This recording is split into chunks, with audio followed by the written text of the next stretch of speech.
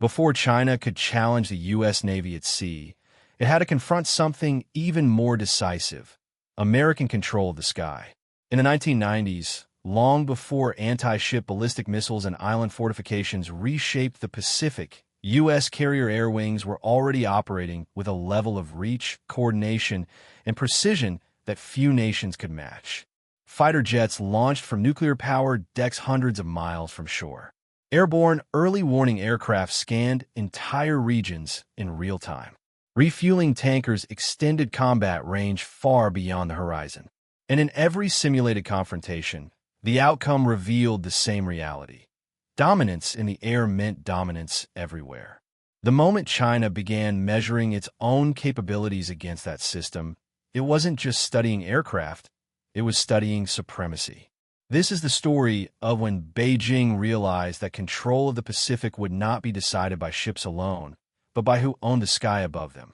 Before China could challenge the U.S. Navy at sea, it had to confront something even more decisive: American control of the sky.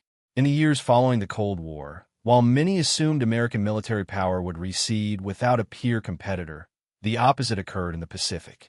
The United States refined its most decisive advantage: integrated air dominance projected from the sea. Carrier air wings were not simply collections of fighter jets. They were coordinated ecosystems of surveillance, strike capability, electronic warfare, and aerial refueling. They operated with a rhythm shaped by decades of continuous deployment. And in every exercise, every patrol, every contingency plan, the pattern was unmistakable. Whoever controlled the airspace above the Pacific controlled escalation itself.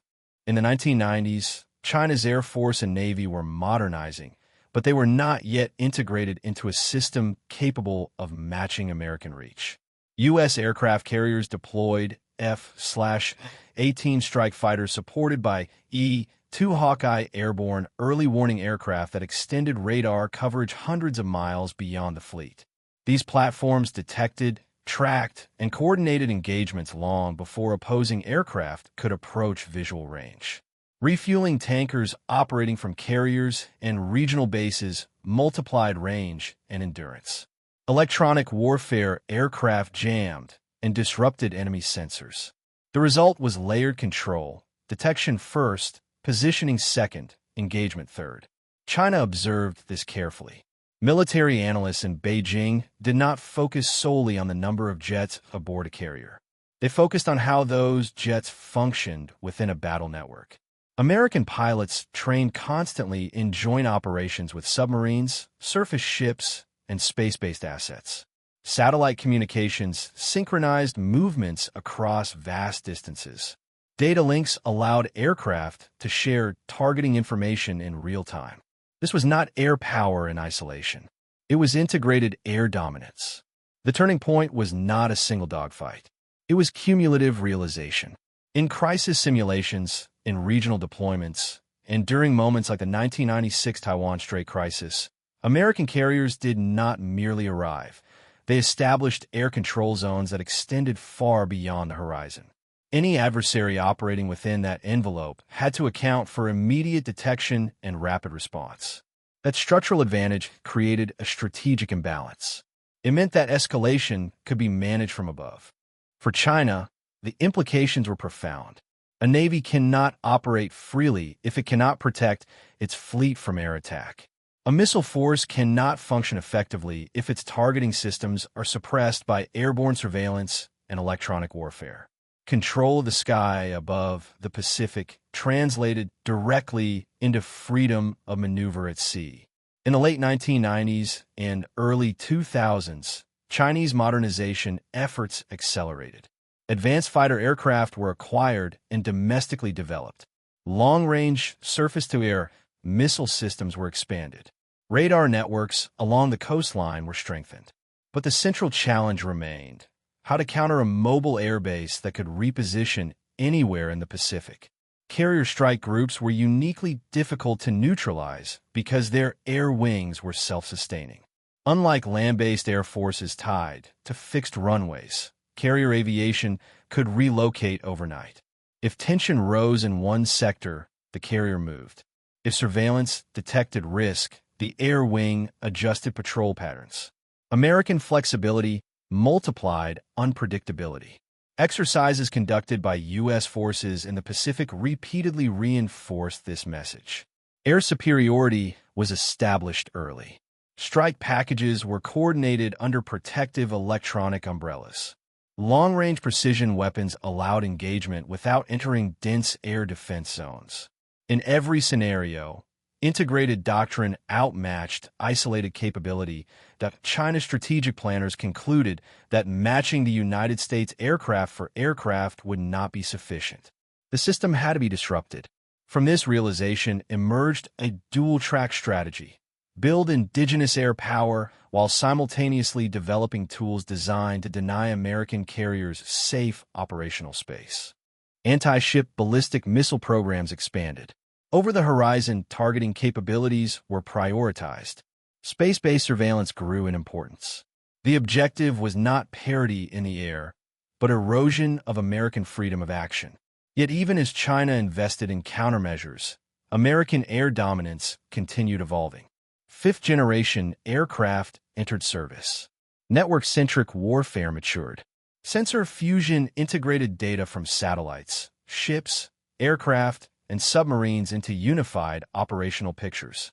The sky over the Pacific was no longer just contested airspace. It was a digitally connected battlespace. The moment China realized the United States controlled the Pacific sky was not defined by defeat. It was defined by analysis. Beijing understood that supremacy in modern conflict begins with awareness. Awareness begins with airborne detection. And detection, in the American system, was layered, redundant, and global. Dominance in the air shaped every other domain. Naval maneuver depended on it. Amphibious planning depended on it. Missile defense depended on it. Even diplomatic leverage depended on it. Because when one side can see farther, react faster, and strike sooner, negotiation occurs under asymmetry. This structural superiority did not emerge overnight. It was the product of decades of investment, continuous deployment, and technological integration. Carrier air wings were refined through conflicts, exercises, and operational stress. Pilots accumulated experience in real-world theaters. Logistics networks matured across the Pacific Basin. Supremacy was practiced until it became routine. China's modernization since then has been substantial. New aircraft carriers have entered service. Advanced fighter platforms patrol contested zones. Integrated air defense systems stretch across the mainland and artificial island installations. Yet systemic dominance requires more than equipment. It requires operational tempo, joint doctrine maturity, and decades of integration under pressure. The Pacific today is more contested than it was in the 1990s. But the lesson of that earlier realization remains intact. Control of the sky determines the shape of every maritime confrontation. Before ships clash, before missiles launch, before submarines maneuver, air superiority sets the conditions.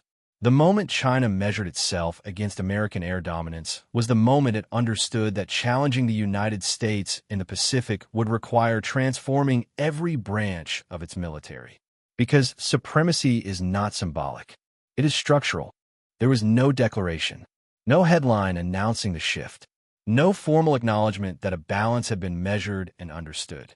But inside planning rooms in Beijing, the conclusion was unavoidable.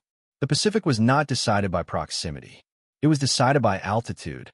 American carrier strike groups did not simply sail across oceans. They projected airspace. They extended radar horizons, electronic shields, aerial refueling corridors, and precision strike envelopes across thousands of miles. They turned open water into controlled territory without ever occupying land. And above every ship, above every contested strait, above every simulated confrontation, American aircraft dictated the tempo. This was not symbolic superiority. It was structural dominance. China could build ships. It could expand fleets. It could increase missile ranges. But none of that mattered if the sky above those fleets remained vulnerable. Air dominance is the first condition of modern power. Without it, naval maneuver becomes risk. Missile forces become exposed. Escalation becomes uncontrollable. The realization was not defeat, it was recalculation. And that recalculation would reshape decades of Chinese military modernization. Anti-ship ballistic missiles, integrated air defenses, electronic warfare expansion, indigenous carrier programs. All of it traced back to one unavoidable lesson. If you cannot control the sky, you cannot control the Pacific. Yet supremacy is not inherited. It is maintained. And in the 1990s, when China measured its capabilities against the integrated power of American carrier aviation, it confronted a reality that defined an era. The United States did not merely operate in the Pacific. It owned the sky above it.